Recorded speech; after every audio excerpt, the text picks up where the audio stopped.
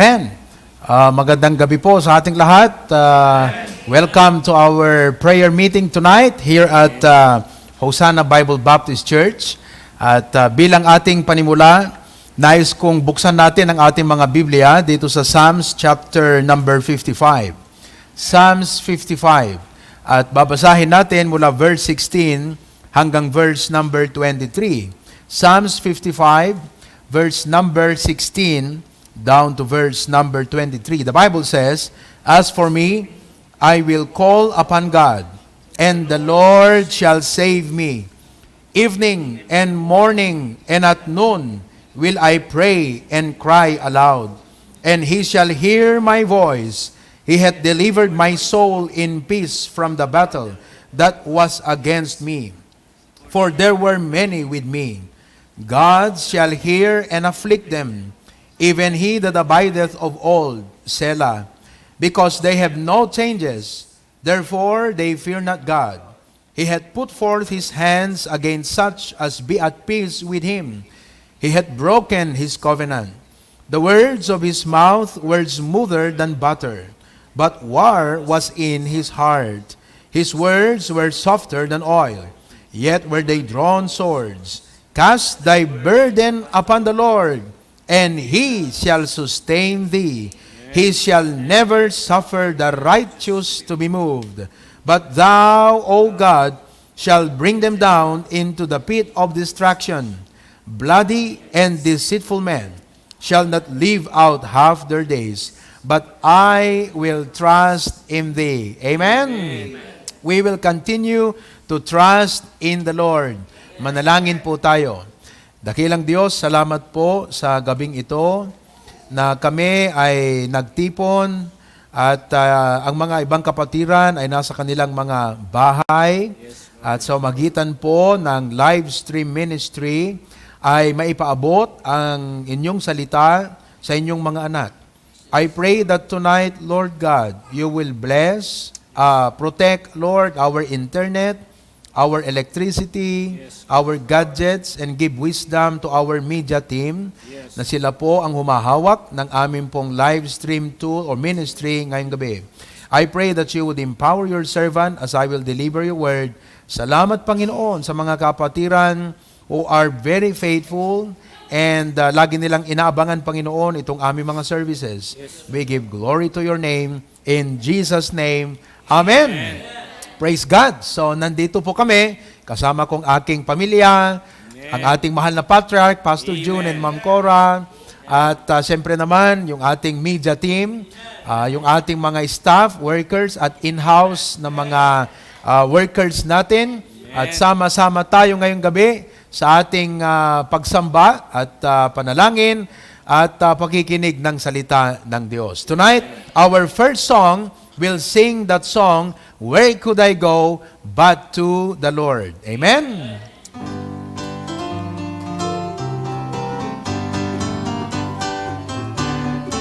On the first now. Living below in this old sinful world, hardly a comfort can afford. Striving alone to face temptation sore, where could I go but to the Lord? Where could I go? Oh, where could I go? Seeking a refuge for my soul, needing a friend to help me in the end. Where could I go but to the Lord? Second, neighbors are kind, I love them everyone. We get along in sweet accord. But when my soul needs manna from above, where could I go but to the Lord? Chorus! Where could I go? Oh, where could I go? Seeking a refuge for my soul, needing a friend to help me in the end. Where could I go but to the Lord? Last verse. Life here is cramped with friends I love so dear. Comfort I get from God's own word. Yet when I face the chilling hand of death. Where could I go but to the Lord? Where could I go? Oh, where could I go? Seeking a refuge for my soul, needing a friend to help me in the end. Where could I go but to the Lord? Amen. Praise God. Ito mga kasama ko rito, parang funeral service ang mga mukha nila. Ngumiti naman kayo dyan. Amen? Oo, dapat masaya. Lumapit kayo dyan sa para marinig nila yung mga boses ninyo. Okay? Yan. Lapit kayo, lapit dyan. Alright. We'll sing our next song, ang ating pong palang awitin, Leaning on the Everlasting Arms. Okay? Leaning on the Everlasting Arms.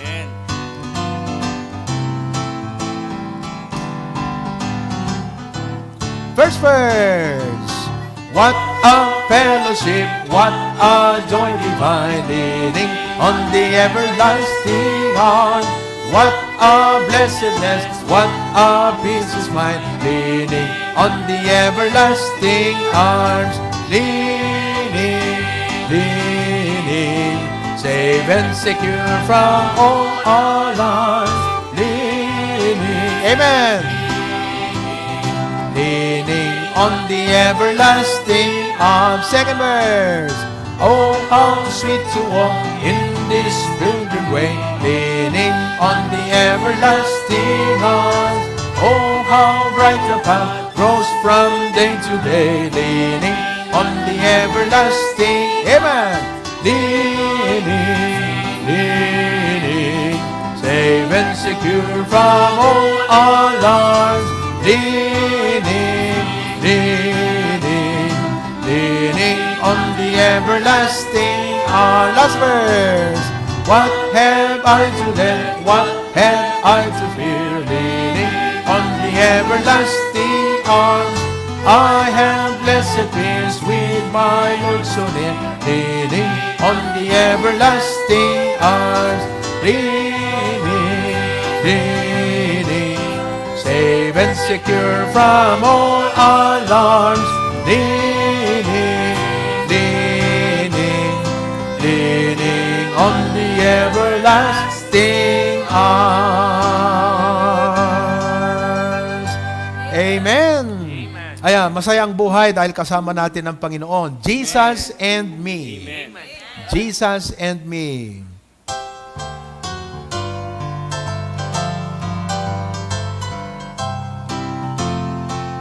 I traveled alone upon this lonesome way.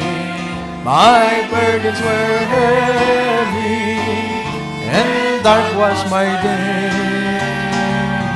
I looked for a friend, not knowing that he all of that time will looking for me. Now it is Jesus and me, for it's tomorrow, for every heartache and every sorrow. I know that I can depend upon my newfound friend, and so to the end, it's Jesus and me. Second verse. The road may be long to heaven's pearly gate. I know that it's narrow, I know that it's straight, but Jesus is there through eternity. We'll travel along, yes, Jesus and me. Amen. Chorus. Now it is Jesus and me, for it's tomorrow, for every heartache and every sorrow. I know that I can depend upon my newfound friend, and so till the end, It's Jesus and me. Last verse. Forever I'll sing of His great love to me. Forever I'll tell it on land and on sea. I'll stay by His side, protected I'll be for all of my life. It's Jesus and me. Amen. Chorus. Now it is Jesus and me, for it's tomorrow. For every heartache and every sorrow, I know that I can depend upon my newfound friend, and so till the end, it's Jesus and me, and so till the end, it's Jesus and me.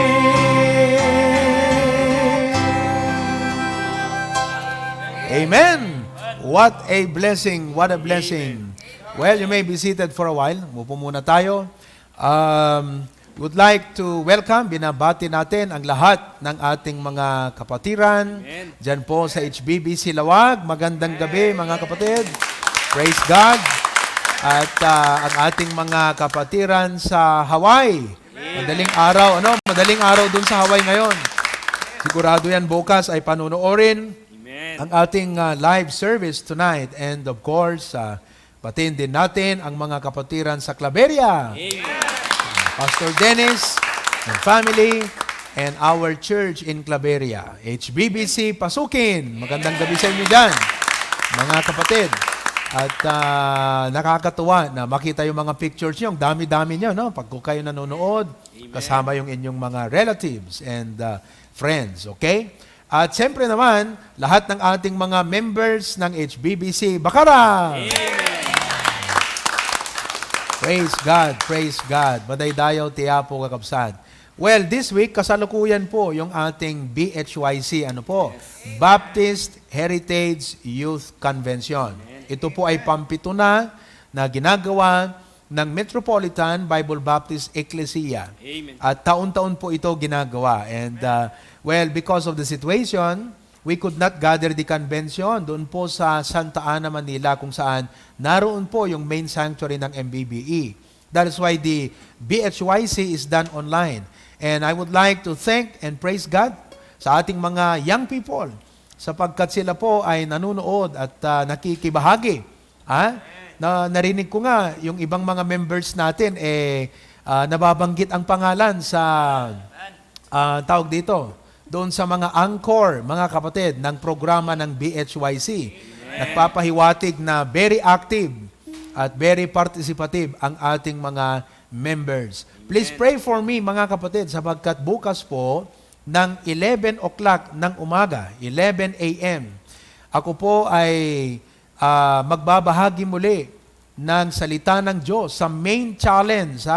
Main challenge. So, please notify your friends and your relatives to join tomorrow.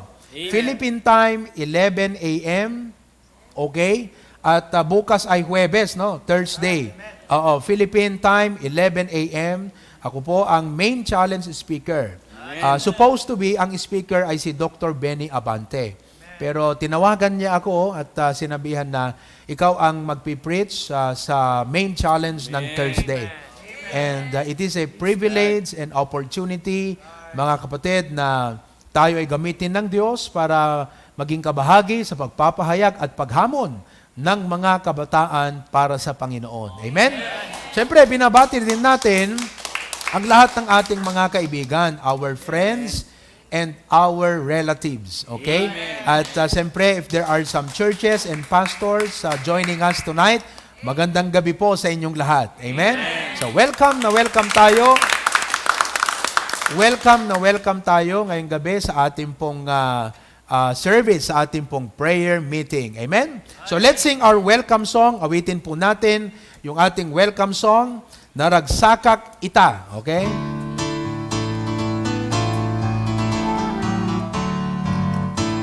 na nagsakakita, nga di maray ka, hintay panagdayaw, ken ni Yesu Kristo, di dawat kuda po, para burnaken ka, ken marik ng kumati ayat tiyama, hangka ang pangadwa, ka kumablaaw, ipukaw mo't amen, makipagkarara, di sagot tiya po, ketan nagkararwa, ipek sa tayo, agyaman ka. One more time.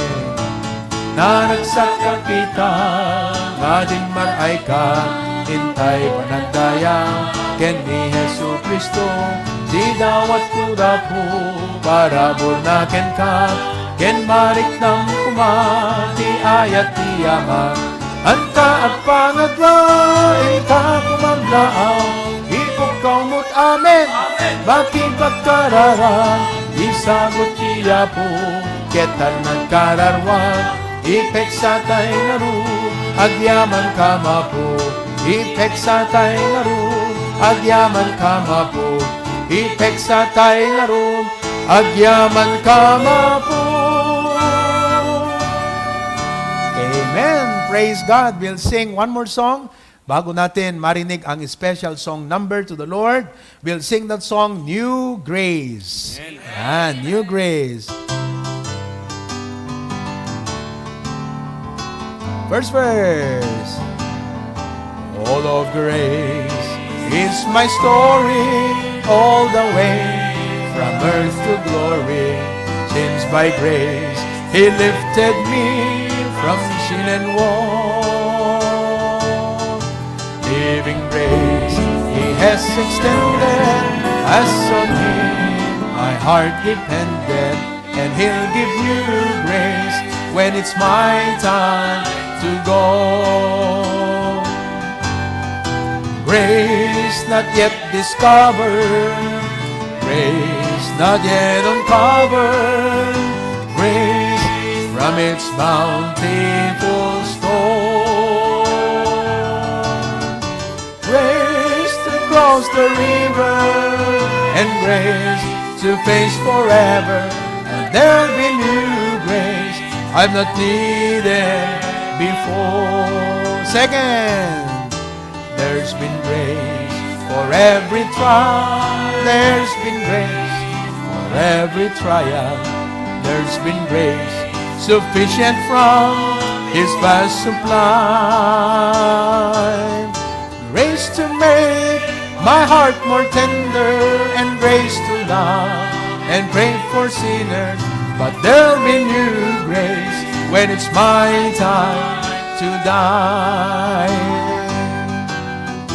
Grace not yet discovered, grace not yet uncovered, grace from its bountiful store. Grace to cross the river, and grace to face forever, but there'll be new grace I've not needed before. Amen? Ayan. Praise God for His grace. Alam niyo po, it's only by His grace that we can continue to serve God, and we can continue to keep on going on by His grace. Amen? Ngayon po, before the message of God tonight, makakarinig po tayo ng isang special number or special song offering to the Lord.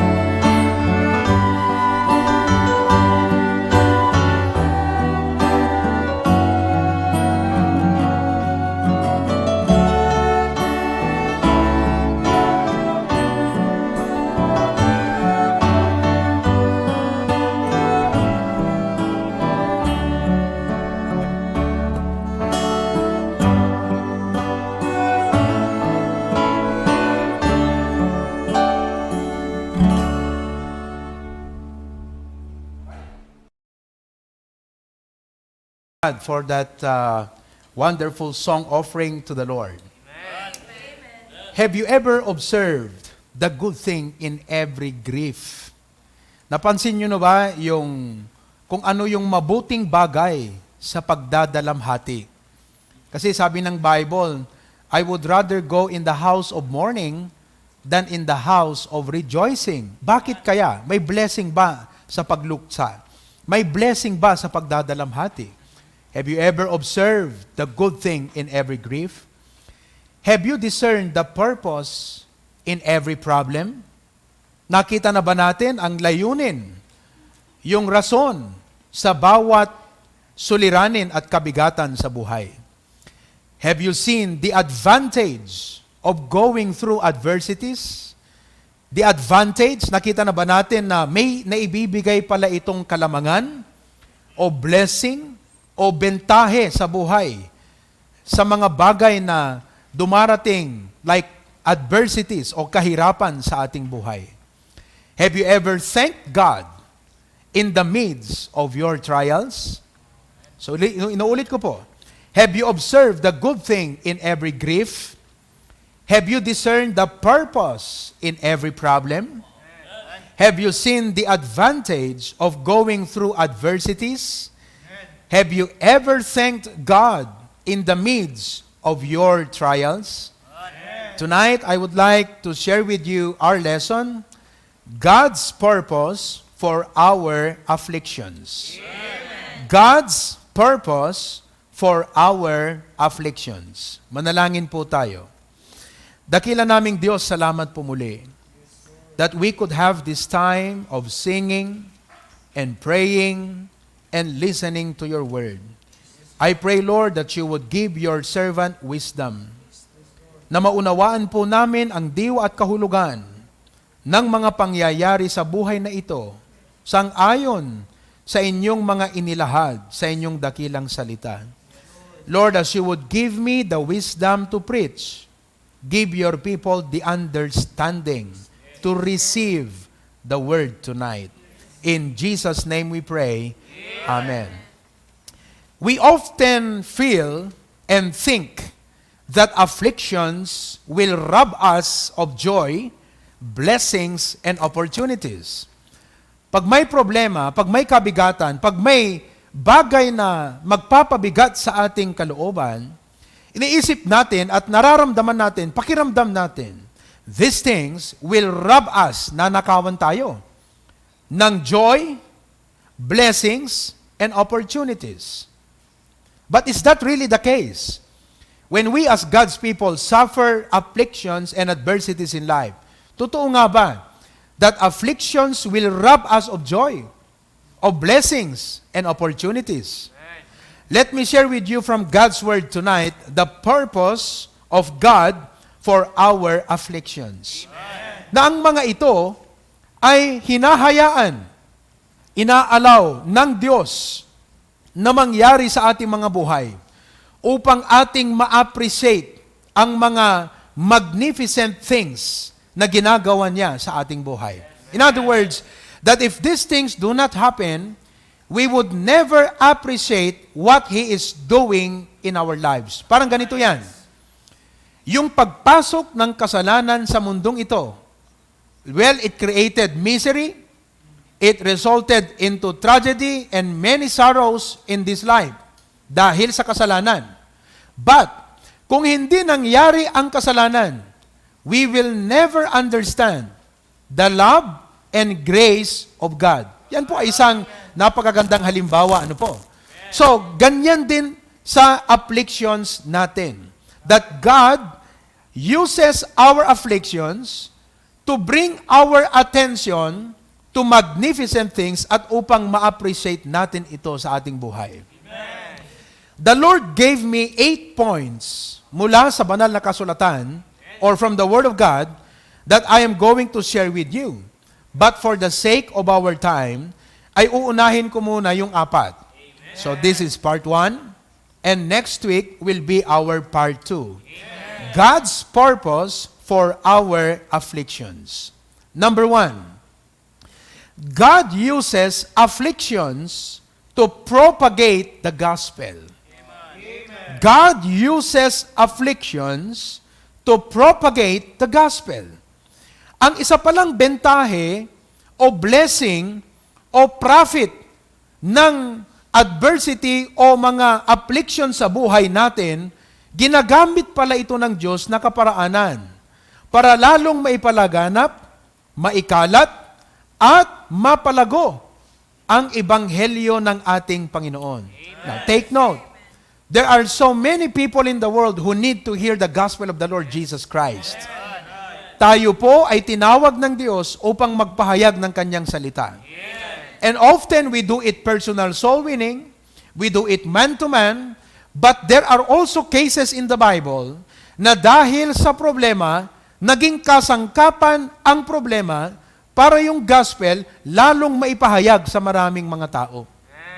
Bigyan ko po kayo ng isang halimbawa. Kaya, pag naunawa mo ito, maa-appreciate mo yung affliction na at the end, sasabihin mo, grabe ang galing ng Panginoon. Tignan po natin sa Acts chapter 8, verses number 1 and 4. Acts chapter 8, verses 1 and 4. The Bible says, "And Saul was consenting unto his death. And at the time, there was a great persecution against the church which was at Jerusalem." So inuusig po yung church sa Jerusalem. "And they were all scattered abroad." Nakita niyo po? Anong nangyari? Dahil sa persecution, they were all scattered abroad. Ibig sabihin, beyond the borders. Hindi lang po nalipat sa ibang bahay, kundi nalipat sa ibang probinsya, yung iba, ibang region, yung iba, napunta na sa ibang bansa. Beyond borders, they were scattered abroad. Throughout the regions of Judea and Samaria, except the apostles. Tignan nyo ngayon, verse number 4. "Therefore, they that were scattered abroad," siyempre, nawatak sila, nawatak yung church. At hindi masaya na tignan ang church na watak. Kumbaga yung building sarado na, walang tao dahil yung mga members nawatak sila kung saan-saan nagtungo, kung saan-saan nagpunta. So, hindi ho masayang tignan yon. Pero tignan nyo yung naging blessing. "Therefore they that were scattered abroad went everywhere preaching the word." Ano pong nangyari? Yung mga nakalat ng mga Kristiyano, yung mga Kristiyanong umalis sa Jerusalem at kung saan-saan nagtungo, ang ginawa po nila, kung saan sila naroon, nagpahayag ng Ebanghelyo, nagpahayag ng salita ng Panginoon. And as a result, mas dumami ang nakarinig. So God uses affliction to propagate the gospel. Alam mo kapatid, if you are going through a problem right now, and you are asking God question, "Lord, why are you allowing this thing to happen in my life? Bakit hinayaan mong magkaroon ng ganito?" Di ba? COVID-19. Bakit hinayaan mo, Lord, na kaming church hindi na pwedeng lahat ay makapunta sa aming main sanctuary? We often ask that question. But, don't you realize that it is very relevant sa verse na ito? Dahil po, because of our live stream ministry, di natin lubos na isip na later on, through the live stream ministry, mas marami parang tao ang makakarinig ng salita ng Panginoon. More and more people would get to hear. And I am so happy sapagkat tayong mga members ay masipag ho tayong mag-share. Some are even hosting a live watch party. At marami pong mga nag-text sa akin, "Pastor, praise God. Nanonood yung aking pinsan, yung aking relatives dito, yung aking mga kaibigan, yung aking mga partners. Pastor, they watch our live stream." Can you imagine? Kung wala siguro itong nangyari, hanggang ngayon, hindi pa natin sila nare-reach out. So if you're ever wondering, why am I in this situation? Look around. There are people around. Pwede mong bahaginan niya ng salita ng Panginoon. It's the same case with the Apostle Paul in Philippians chapter 1, verse 12. Ganito po ang sabi ng Bible, "But I would ye should understand, brethren, that the things which happen unto me have fallen out rather." Tignan nyo yung nangyari sa akin. Sabi niya, ano bang nangyari kay Apostol Pablo? He was imprisoned. Nabilanggo po siya. Nakita natin, "which happened to me have fallen out rather unto the furtherance of the gospel." Nabilanggo siya. Pero sa loob ng bilangguan, anong ginawa niya? Nag-witness. Nagbahagi. Nag-share. Nag-preach ng gospel. And as a result, what do we find in the book of Philippians? Aba, yung mga kasambahay, mga kapatid, sino ba yun? Yung isang governor. Marami doon ang nasave. Nakatala yung kanilang mga records sa salita ng Panginoon. Why? Because of imprisonment.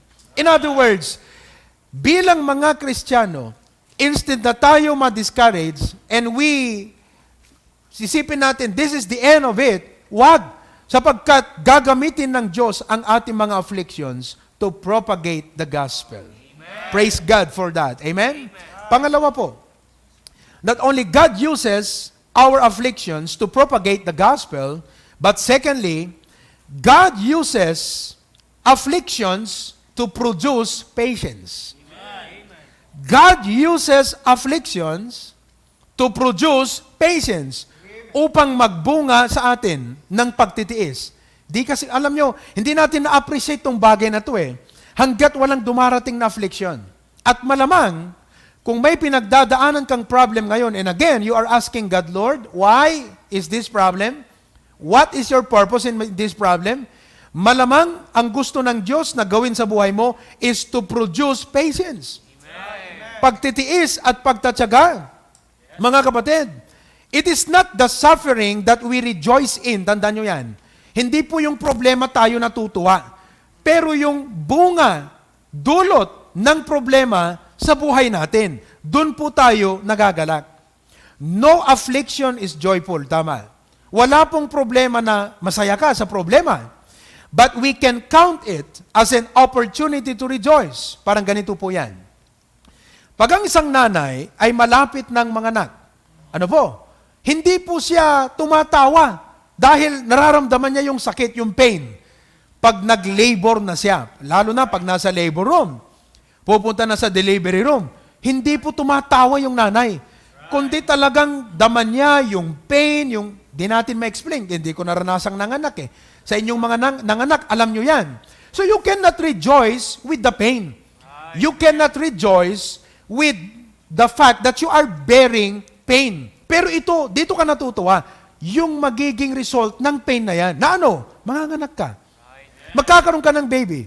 Kaya kaming mga husband, pag malapit ng manganak ang asawa, hindi namin nararamdaman yung pain ng misis, pero natutuwa kami, naku, lalabas na yung anak ko. Makikita ko na yung anak ko. Ganyan po ang ibig sabihin nito. James chapter 1, verses 1 to 4. The Bible says, James, a servant of God and of the Lord Jesus Christ, to the 12 tribes which were scattered abroad, greeting, my brethren. Ito na, tignan nyo count it all joy. Let that get into you. Count it all joy. Ano daw ang ibilang mo nga naragsak? When ye fall into diverse temptation. Bakit ka magiging maligaya? Knowing this, that the trying of your faith, what? Worketh or produces. Nakita niyo po? Kaya eto po, pag may problema tayo, ang isa lang ang gusto natin malutas. Tama po ba? Yun lang Hindi natin nakikita, hindi natin na-appreciate. Meron palang gustong gawin ng Panginoon Yung una, propagation of the gospel. Pangalawa, patience. Para sa atin, ano bang kwenta nito sa aking buhay? Napakaganda po. Verse number 4, sabi niya, but let patience have her perfect work, that she may be perfect and entire. Alam niyo pong ibig sabihin ng entire, wanting nothing? Magiging ganap ka. Ibig sabihin, ito ay paghahanda sa iyo for greater things. God is saying, okay anak, I will allow you to experience affliction because I will produce patience, because you will need patience. Once na binigyan kita, pinagkatiwalaan kita ng mas malaki, you will need that patience. Yun po yun. Ma-appreciate mo ngayon yung patience na sinasabi. Isipin niyo po inuulit ko. Lagi, pag may problema tayo, naisip natin, sana malutas to, sana matapos na to, ano bang dapat gawin? Hindi po masamang isipin yon. Pero God's ways are not our ways. God's thoughts are not our thoughts. You never know. Maybe your problem is God's way to prepare you for greater things. Amen. Kaya anong gagawin natin? Ito po yan. When we go through affliction, let us walk in the Spirit and not in the flesh. Madali po yung mag-iisip tayo ng paraan. We walk in the flesh. What we need to do, we walk in the Spirit. When we walk in the Spirit, anong bunga? Patience. When we walk in the flesh, ano ang bunga? Anger, hatred, bitterness. Yan po ang magiging bunga sa ating buhay. So, ngayong gabi, kayo pong mga kapatid o nanonood, ngayong gabi, I don't know, maybe this is the point God is dealing with you tonight. God is saying, anak, I want you to know that your problem is my way to produce patience in your life because I'm preparing you for greater things. Amen. Number 3, God's purpose for our afflictions. Pangatlo po, number 1, God uses afflictions to propagate the gospel. 2, God uses afflictions to produce patience. 3, eto po, paborito ko to. God uses afflictions to perfect His strength in us. God uses afflictions to perfect His strength in us. Anong ibig sabihin ng perfect, Pastor? Upang gawing ganap. In other words, para maging tugma. Ibig sabihin, eto tayo. Yan ang kapangyarihan at kalakasan ng Diyos. Hindi magiging tugma ito sa buhay natin kung hindi dahil sa affliction. In other words, baka sa gabing ito, baka sa oras na ito, or sa puntong ito ng buhay mo, kapatid, ito yung nais ng Diyos na maranasan mo. Na ma-appreciate mo ng ganap, na ano, that out of your weakness, magiging compatible, na babagay ngayon sa'yo, yung strength ng Panginoon. Meron ka bang worry ngayon? Meron bang bagay na bumabagabag sa'yo? Na nagpapanik yung loob mo? Ano na kaya? Paano na kaya pag ganito? Maybe tonight, God is saying, hey, what I want for you to realize is, I will use this affliction so that my strength will be made perfect in your weakness. Amen. Now, sabi ng isang pastor, adversity has a way of wearing us down. Totoo yun. Nakakapagod ang problema. Nakakapagod isipin. Nakakapanlumo. No po, gigibayin ang balikat mo eh. Opo. Especially when the difficulty keeps going. Lagi na lang ganon. O nagpapatuloy lang. Sometimes it feels as if we are simply moving from one problem to another. Walang katapusan. Ano po? Without pause in between. Although we cry out to God, okay? Siyempre, tumatawag tayo sa Panginoon. Pray tayo ng pray. Amen. The trials continue. Amen. Nagpapatuloy pa rin yung ating pagsubok. Yes. So, what are we to do when we are overwhelmed and it seems that God is not intervening? Ganito po yan. The Apostle Paul, meron siyang thorn in the flesh. Pabigat po ito sa kanyang ministry o paglilingkod sa Panginoon. And so he said, God, remove this from me. Etong sagot ng Diyos, 2 Corinthians chapter 12, verse number 9. Ang sabi ng Panginoon, and He said unto me, my grace is sufficient for thee. For my strength is made perfect in weakness. Nakita niyo po? Kinausap siya ng Panginoon. Tonight, pray. And come to God, and instead of just telling God, Lord, magbigay ka ng solusyon sa aking problema, itong una mong tanungin, Lord, ano ang purpose mo sa aking problema?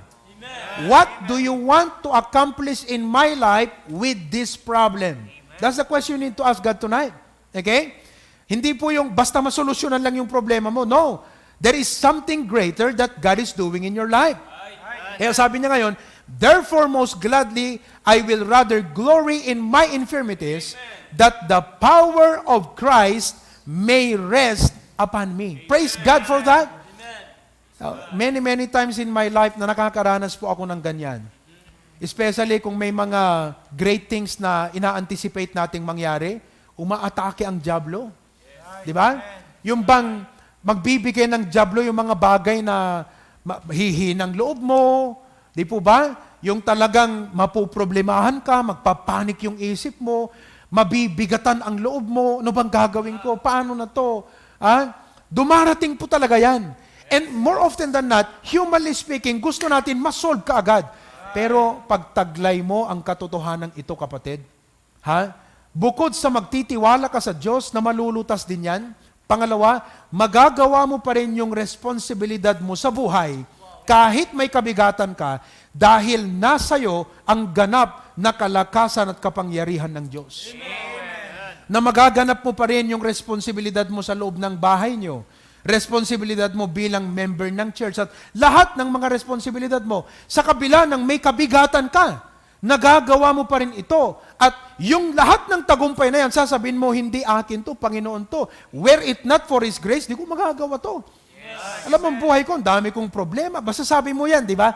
Kaya malamang ngayong gabi, sa afflictions na nangyayari sa buhay mo, kapatid, maybe God let that to happen in your life para ma-appreciate mo yung compatibility ng grace ng Panginoon sa kahinaan ng buhay mo because of that affliction. So, napakahalaga that as God's people, maunawaan natin ito. Amen po ba? Okay. Pang-apat, I am going to close on this point. So, number one, God's purpose for our afflictions. Number one, God uses affliction to propagate the gospel, to produce patience, to perfect His strength in us. Number four, last for tonight. Next week po yung apat muli. No po, part 2. But number 4 tonight, God uses afflictions to point us to His Word. Amen. God uses afflictions to point us to His Word. Ginagamit ng Diyos ang affliction upang i-direct tayo, ituro, o kaya na may ibalik, o itulak patungo sa Kanyang salita. Many times, pag marami tayong problema, ito yung hindi natin binubuksan. Kasi isip tayo ng isip ng solusyon. Isip tayo ng isip anong magiging epekto. Yung we always keep the worst thing in mind. While there may be nothing wrong, to think of those things so that we know how to prepare, we know how to pray. But listen, on the core of it all, God wants to accomplish something. Ano po yun? Maybe God is pointing us something to His Word. Amen. In His Word. Yes. Ganito po ang sabi ng Psalms 119, verse number 67. Psalms 119, verse 67. Ito po ang sabi ni David. Before I was afflicted, I went astray. Tingnan niyo po. Bago ako nakaranas ng mga hirap na ito, anong ginawa po niya? Tumalikod sa Panginoon. I went astray. Now, when he went astray, anong ginawa ng Diyos sa kanya? Pinaranas ng Panginoon sa kanya ang mga afflictions. Why? Ito na ngayon. But now have I kept thy word. Amen. Pagkatapos ng lahat to, ngayon, sabi niya, etong salita na ng Panginoon. Ibig sabihin, nagtanda siya. For one time in his life, for some time in his life, he took the word of God for granted. Amen. For some time, maybe marami sa inyo mga kabataan, you are taking the word of God for granted. You are taking the preachings, the precept, the counsel, the advice for granted. Di mo pinapansin yan. Ngayon sabi ng Diyos, sige, hahayaan lang kitang makaranas ng ganyan. Bakit? For you to realize the value of God's Word. Amen. Para ito ang ma-appreciate mo. Kaya nung sabi niya, ngayon, sabi niya, but now have I kept thy word. Na-appreciate niya. Ano yung ginawa ng Diyos? God did a corrective work in his life. Naggumawa ng Diyos ng isang pagtutuwid, pagwawasto.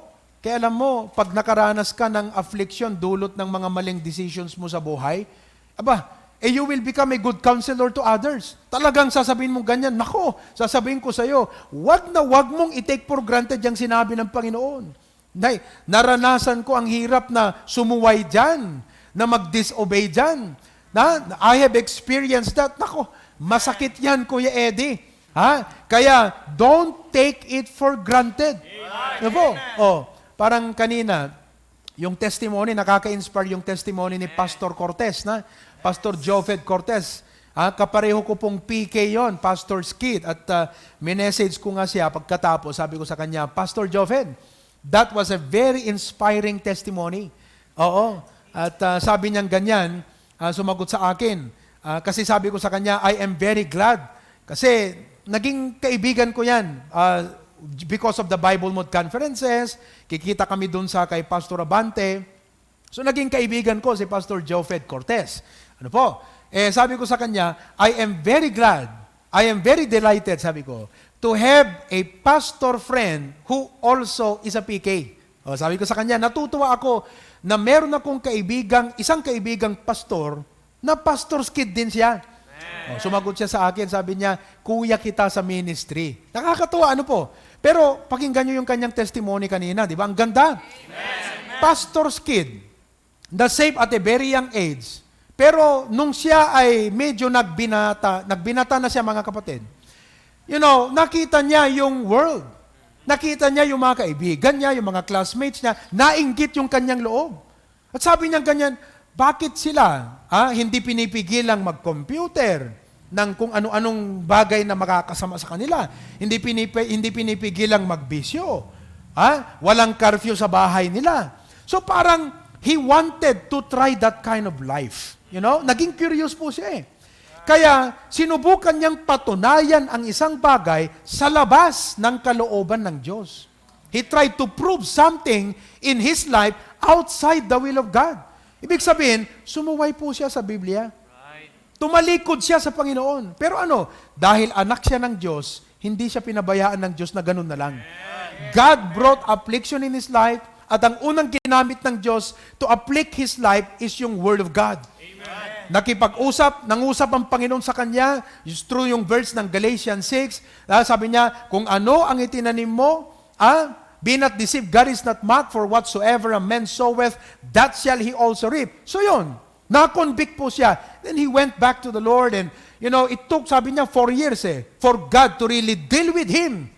Ewan ko kung ano pa yung mga afflictions na kanyang naranasan, pero God did a corrective work in his life. Kaya tignan nyo, yung testimony niya sa kanyang buhay, marami siyang pwedeng maipahayag. Pero yun po ang ipinadanas ng Diyos sa kanya, hinayaan ng Diyos na mangyari sa kanya upang kanyang maipatutuo at ma-appreciate ang corrective work of God. Kung papaano na ang Diyos ay ipakita sa kanya yung mga bagay sa kanyang salita. Nakita niyo po? Maybe that's the thing that God is doing in your life. Kaya, don't be discouraged. Don't just panic with what's happening. Look at God's perspective. Amen. Sabi niya nga ganyan nung araw, sabi niya, kahit pastor's kid ako, hindi ko maunawaan yung salitang living by faith. Di ba? Biblical teaching yan. Hindi ko maunawaan yung statement na serving by grace. Di ba?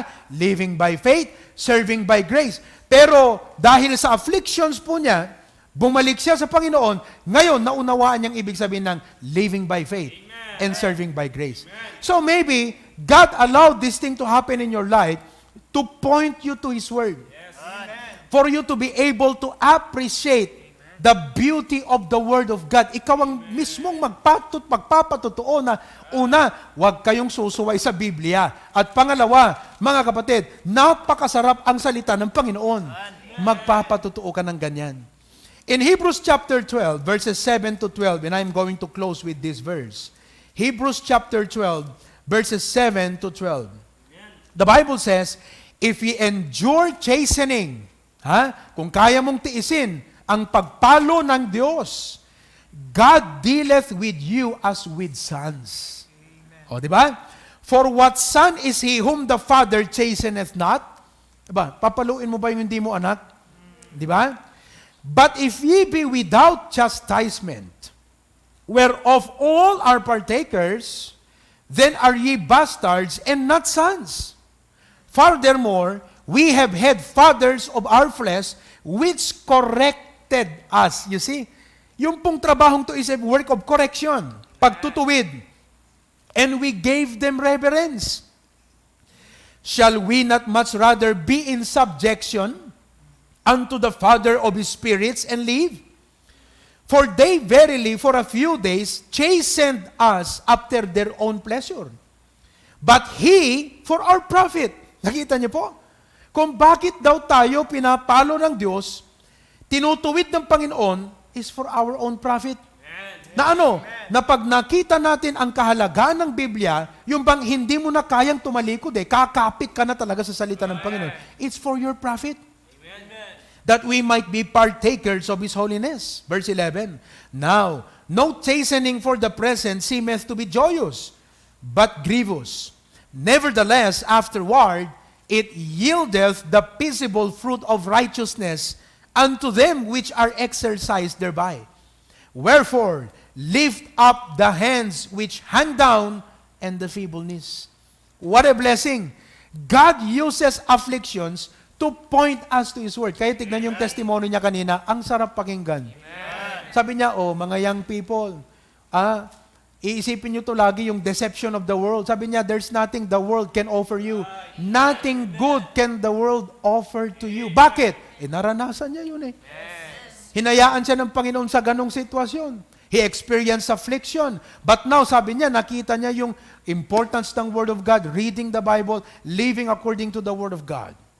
Mga kapatid, God uses afflictions to point us to His Word. Amen. Now, tonight, I do not know kung papaano nangusap ang Panginoon sa'yo sa message na ito. You are going through trials and problems and afflictions in life. Maybe God is using that affliction in your life to propagate the gospel. Nandyan ka sa kalalagyan mo, sa kalagayang ganyan. Bakit? Dahil nais ng Diyos that those people whom you can, ma-acquaint ka sa kanila, you could share the gospel. Or maybe, God is using that affliction to produce patience because He is preparing you for greater things. Kasi, instante, yung bang ayaw mong magtyaga, ayaw mong magtiis, madali kang bumitaw o mag-give up. Or maybe, God uses the affliction to perfect His strength in you. This is the moment na gagawin ng Diyos na compatible yung kanyang biyaya sa iyo. Or maybe God uses afflictions to point you to His Word. I do not know how the Lord spoke to you tonight, but I just pray na makita mo ang purpose ng Panginoon sa buhay mo. I am going to end where I started. Sabi ko kanina, have you ever observed the good thing in every grief? Napansin mo na ba yung mabuting bagay sa bawat pagdalamhati o pagluksa? Have you discerned the purpose in every problem?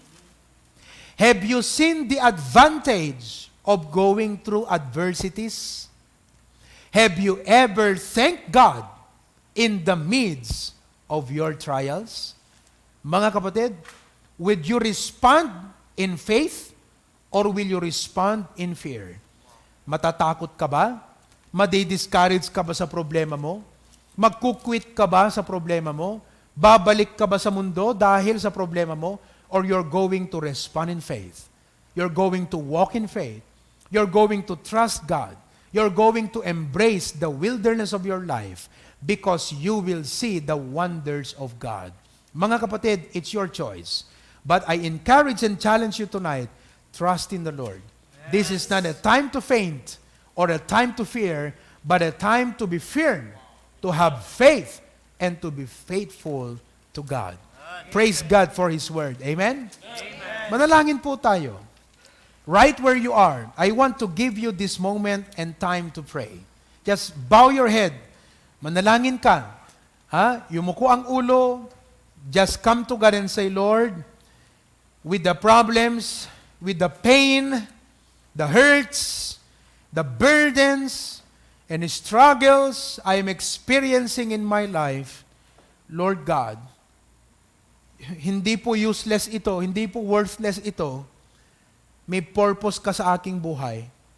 Show me your purpose in my life. Ipakita mo, Lord, ano ang layunin mo sa buhay ko. Come to God. Bring your case to Him. Ask for His help na bigyan ka ng kalakasan na pagdaanan niyang problemang yan. But at the same time, ask Him to help you see His plan and His purpose for your problems. At pag nakita mo ito, at nagawa mong tiisin ang problema mo, at napagtagumpayan mo after all, anong mangyayari? Ikaw ay magiging magandang testimony ng biyaya at ng kapangyarihan ng salita ng Diyos sa buhay mo. Dahil itinuwid ka ng Panginoon. Itinawid ka ng Panginoon sa lahat ng mga bagay na ito. Bow your head and close your eyes. I want you to pray tonight.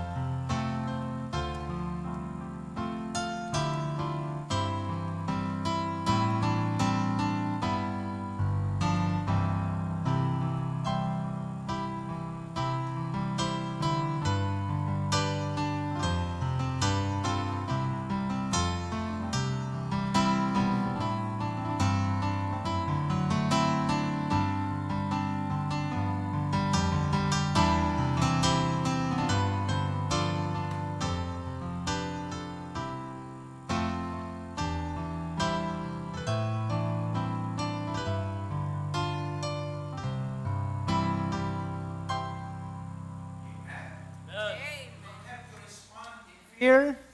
You don't have to respond in bitterness because the grace of God is able to deliver you. God is able to help you walk through the struggles of your life's journey. Yan pong nagbibigay tamis ng ating relasyon sa Panginoon. And so again, as we close tonight, and as we give our offerings, awitin muli natin mga kapatid, new grace. Amen. Grace for today, there will be new grace for tomorrow. New grace. Amen? Bukas, gigising na naman tayo, biyaya, panibagong biyaya na naman ng Panginoon. Amen? Wow, it's only by the grace of God that we could conquer our fears, our struggles, our burden, our hurdles in life. Mga kapatid. Amen? Malaki ang problema mo, mas malaki ang biyaya ng Diyos. Amen?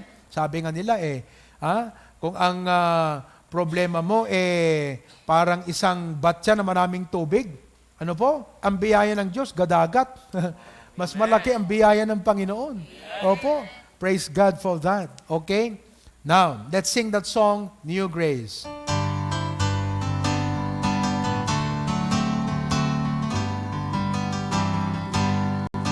There's new grace. Is my story all the way from birth to glory. Sings my grace. He lifted me from sin and woe. Living grace He has extended, as on Him my heart depended, and He'll give you grace when it's my time to go.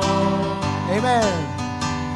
Grace not yet discovered, grace not yet uncovered, grace from its bountiful store.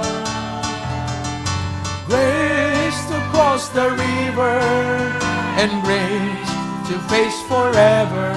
But there'll be new grace I've not needed before. Second, there's been grace for every mile. There's been grace for every trial.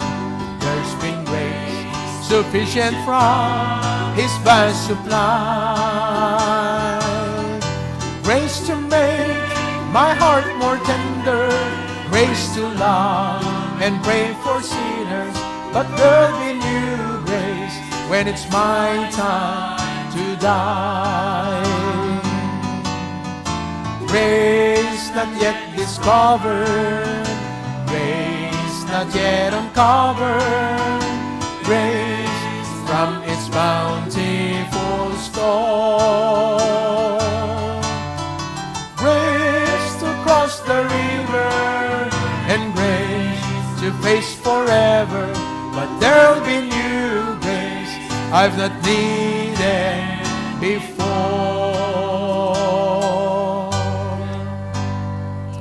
Lord, tulungan niyo kami na ikaw lagi ang makita namin, Panginoon. Yes, we are not setting aside the realities of life, the practical things of life. But Lord, I pray that when we look at these things, you do not become a shadow, but you are so magnified as we look at your word. And God, like David, sabi nga po ng mga tao noon, ang laki ni Goliath. Pero sabi ni David, mas malaki ang Diyos. Kaya Panginoon, as we look at the realities of life, and we look at our capacity, we run to you and ask for your help. For it is only you, O God, who can deliver us from time to time. Pagpalain niyo po ang inyong mga anak. Pagpalain niyo po ang mga pastors, Panginoon, ng HBBC and our preachers in the HBBC ministry. Pagpalain niyo rin po ang BHYC na ginagawa sa week na ito. I pray that many of our young people will surrender their lives for full-time ministry, and the rest of them, Panginoon, will become key members of the HBBC in the future. Purihin ang inyong pangalan. To God be the glory. In Jesus' name we pray. Amen and amen. Good night. To God be the glory. Praise the Lord. See you tomorrow po, 11 a.m. po. Yung aking schedule na mag-preach. Please pray for me, for wisdom, for strength as I preach tomorrow. Amen? Okay. Good night and God bless you. Palakpak kayo dyan. Amen.